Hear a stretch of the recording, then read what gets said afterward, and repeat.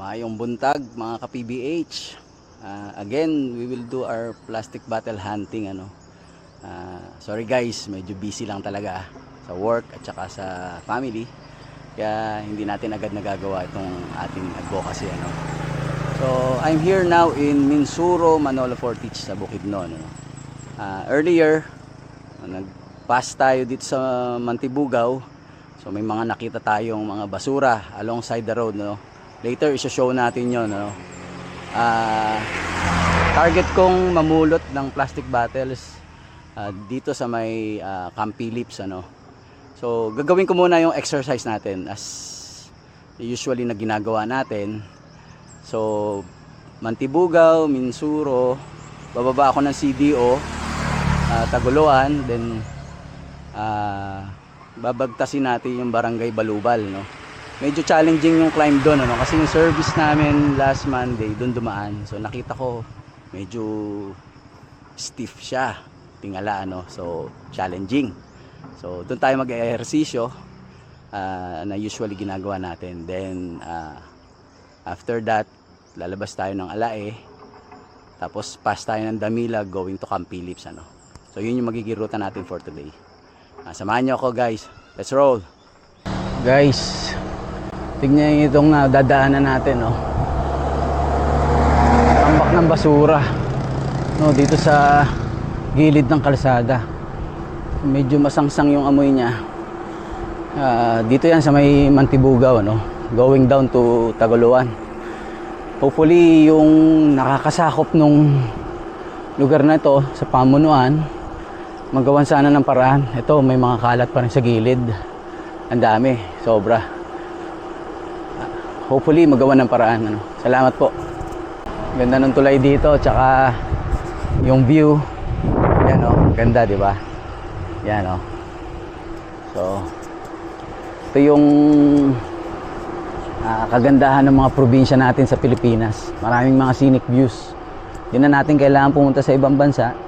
Dito lang, marami nang maganda. We just entered Barangay Balubal wala pa yung ahon. Wait lang tayo. Mamaya I'll show to you how stiff yung ahon. Start of the climb.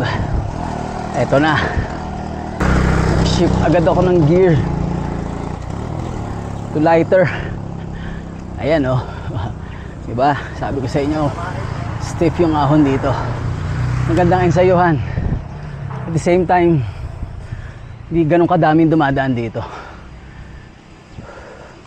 This is a bypass road going up to Bukidnon. Para hindi ka nadadaan sa puerto. Medyo traffic kasi dun Kaya yung iba dito na lang dumadaan. Grabe, hingalagad ako. Grabe, walang puknat.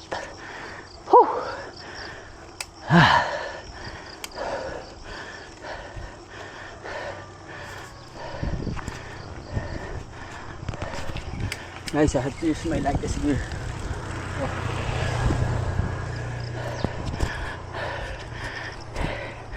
Hindi ko kasi kabisado yung ahon na to Kaya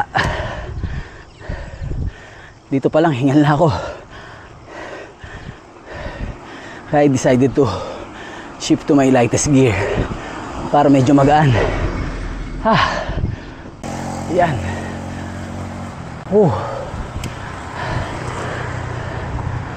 No wonder wala akong kasabay na siklista going up here.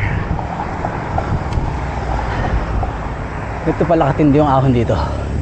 Sige lang, papasaan, kaya natin tiyagain yan.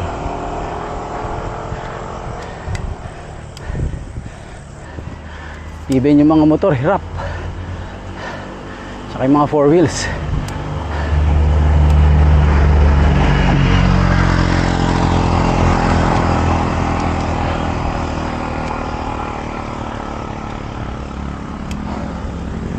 Ito na. Ayan tingala ito. Narinig niyo yung tricycle. Downshifting para makaahon. Kulang yata yung 42 teeth dito. Sus Maria Josep.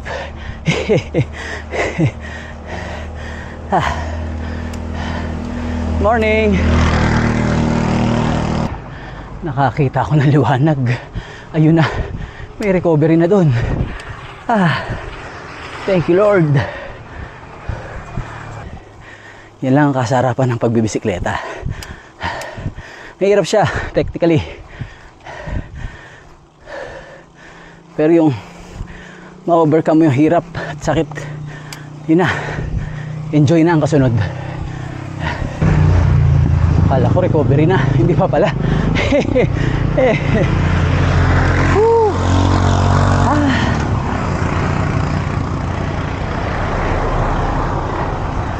Ito na.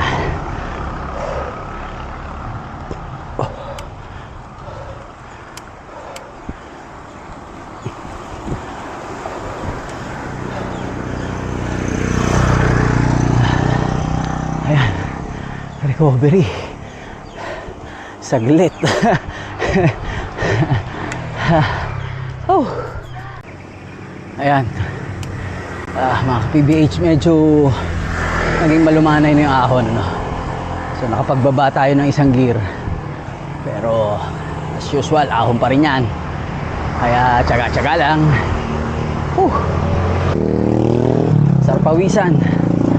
Alam mong nabawasan yung calories, yung sobrang calories sa katawan, cholesterol, at kung ano-ano pang mga toxins na nasa bagay, na nasa ating dugo, sa katawan natin. Yan, ilabas natin kahit pa paano bawasan, no? Yun ang importante. Kaya ako rin ginagawa itong pagbabike, kasi laging mataas ang aking fasting blood sugar, no? Pero hindi pa naman ako diabetic, kasi yung HB1AC ko laging normal naman. Kaya lang, it's an indication na if ang lifestyle ko pabaya, matuuwi ito sa diabetes, which I don't want na mangyari, no? Kaya regularly I'm doing biking. At least ito na yung maintenance natin, ano? Libre, tsaka maraming benefits. Plus pa yung saya pagkasama mo yung grupo, tawanan, asaran, nalaskahan. Ganun lang naman. At least na-unwind ka, nakakawala ng stress, para pagpasok mo ulit on Monday, tomorrow, recharge ka. 2 kilometers yung stiff climb, no? So may short recovery ka, then upak ulit ng ahon. Matarik na naman ang ahon. Pero palabas na tayo sa main road. Kaya lang, makunat na naman tong ahon. Tiyagaan lang. Yan na yung main road. So, turn right tayo, going to Alae. Dito na tayo sa Alae. Papunta na tayo ng Damilag, ano? Ito na yung kalsada. Ahon ito. Siguro more or less mga 10 kilometers, pero gradual lang siya. Hindi siya ganun kakunat, ano? So kayang bilugin yung sipa, yung padjak. Guys, mga ka-PBH, we're now here at Camp Phillips, ano? Dito sa Pineapple Monument. Ayan. Ayan yung Pineapple Monument dito sa Camp Phillips, Manolo Portage sa Bukidnon, ano? So naka 54 kilometers na tayo ng riding, ano, my bike. So dito tayo mag-umpisa ng plastic bottle hunting, ano. Tingnan natin. So far nakikita ko dito sa paligid dito, madalas naman ako mag-bike dito, ano. Pero so far laging malinis. So minimal lang yung mga kalat na nakikita ko. Pero tingnan natin, 'di ba? kung na-maintain nila ng ganong kalinis yung kapaligiran dito, no? Maganda kasi dito, so maganda ma-maintain nila yung cleanliness ng environment, ano. Sige, magmimerienda muna ako, then we'll proceed dun sa plastic bottle hunting natin. Guys, dito may mga nakita akong few bottles ng plastic, so damputin natin para makatulong tayo, no? So ayan siya. Meron tayo na kung isa. Number 1. Ayan. Okay. Then meron dun sa ayan.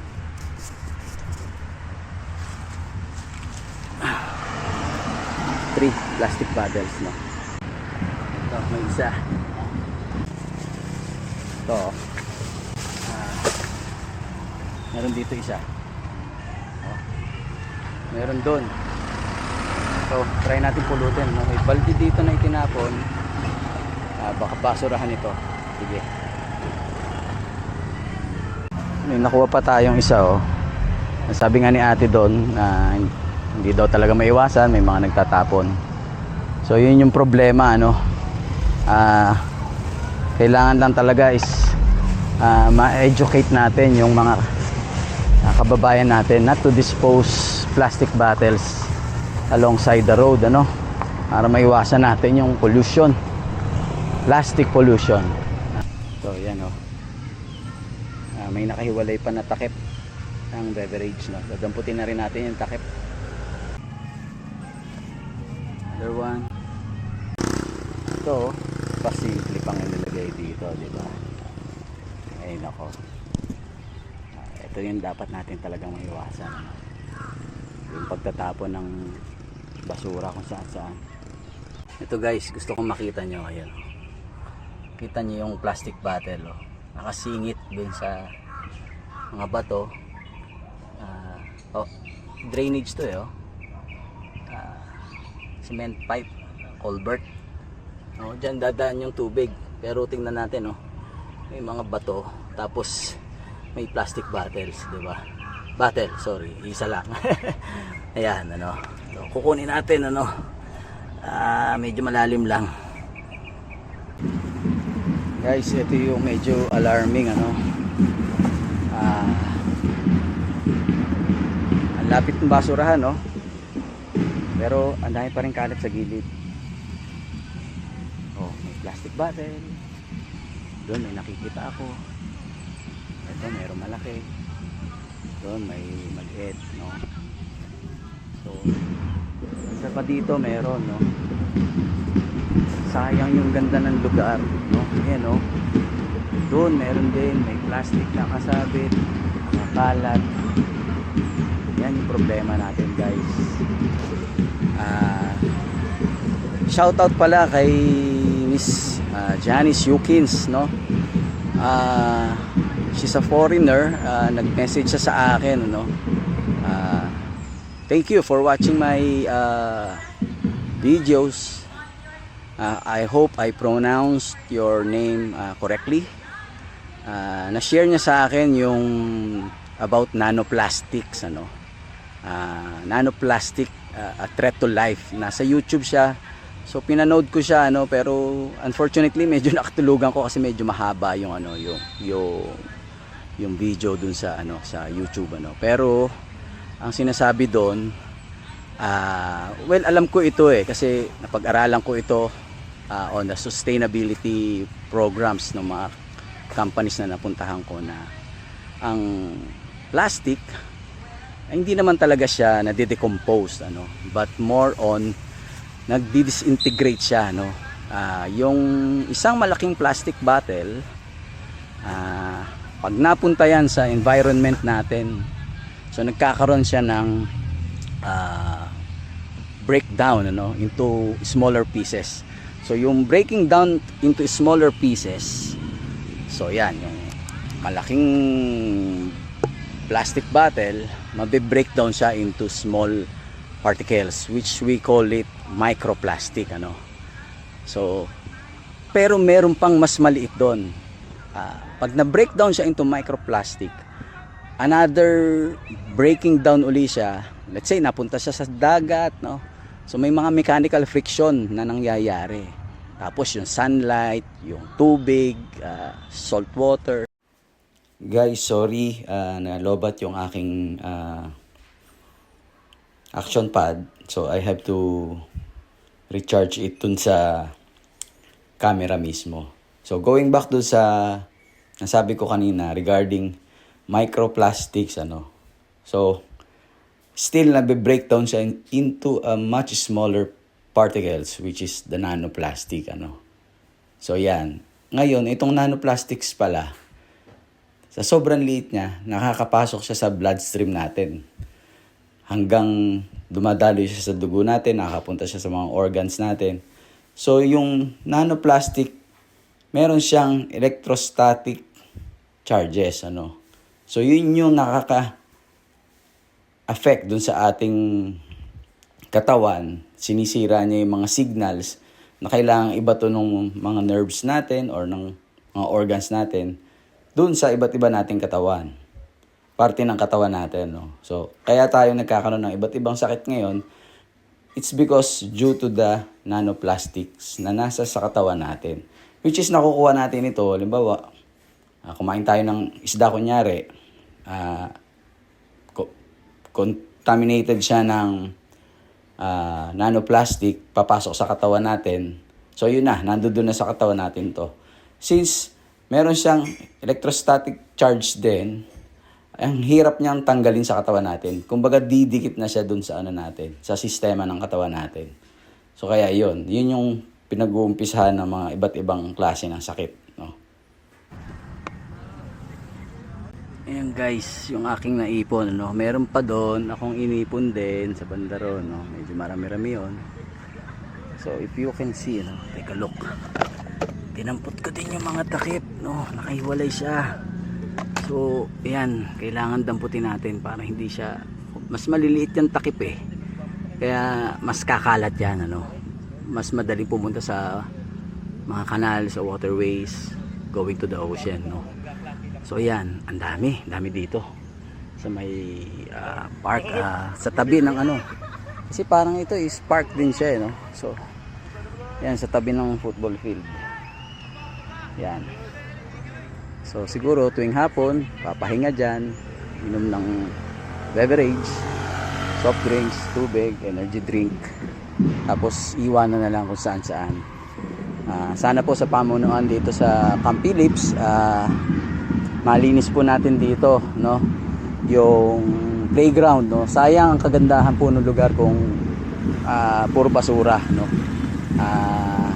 I thought malinis doon sa labas, pero dito sa loob medyo marami po pala, no.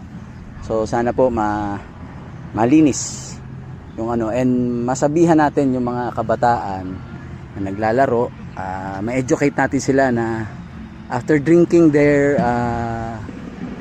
beverage or energy drink or water, huwag itapon kung saan saan, no?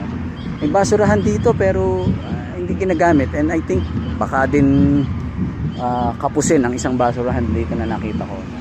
Siguro naman baka doon sa kabilang side may mga basurahan, pero yun lang siguro, yung education sa mga kabataan na naglalaro na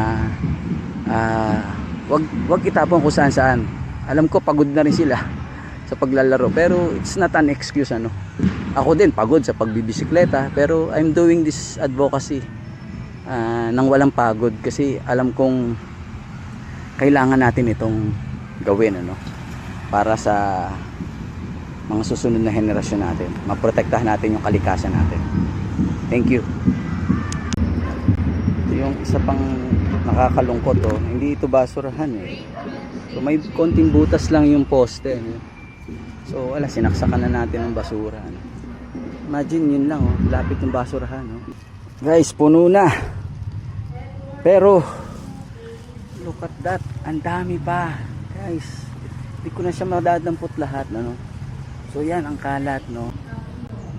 Kaya siguro maraming kalat ngayon dito. Parang napansin ko dun eh, parang may fun run, ano? Kaya siguro makalat. Pero sana hindi ganito yung nangyari, no? Siguro I'll stop here na. Maghahanap na lang ako kung saan ko pwedeng ilagay ito na basurahan, no? Kasi walang junk shop dito sa Camp Phillips. Guys, yung napulot natin, dito ko na lang iiwan muna sa may tabi ng basurahan. Hopefully, maitapon ng maayos. Huwag sanang ikalat, ano? Thank you guys. Guys, mga ka-PBH, I'm back here dito sa tinutuluyan ko, dito sa Bukidnon, ano? So, it was a nice ride. It was a safe ride. Ganda ng weather, hindi maaraw, hindi mainit. So, thank you Lord, no? Dun sa naging outcome ng ride. So, marami tayo napulot dun sa may Camp Phillips ng mga plastic bottles, no? Around dun sa may football field. Siguro nga dahil kasi may fun run, kaya marami mga nag-participate doon na doon na lang itinapon yung kanilang mga pinag-inuman ng mga plastic bottles, ano? So sana sa pamunuan ng Camp Phillips malinis yung ano na yon, yung area na yon, ano. Iniwan ko na lang yung nakolekta natin na plastic bottles doon sa may tabi ng basurahan doon, no? Sana masama siya sa pag kokolekta ng basura.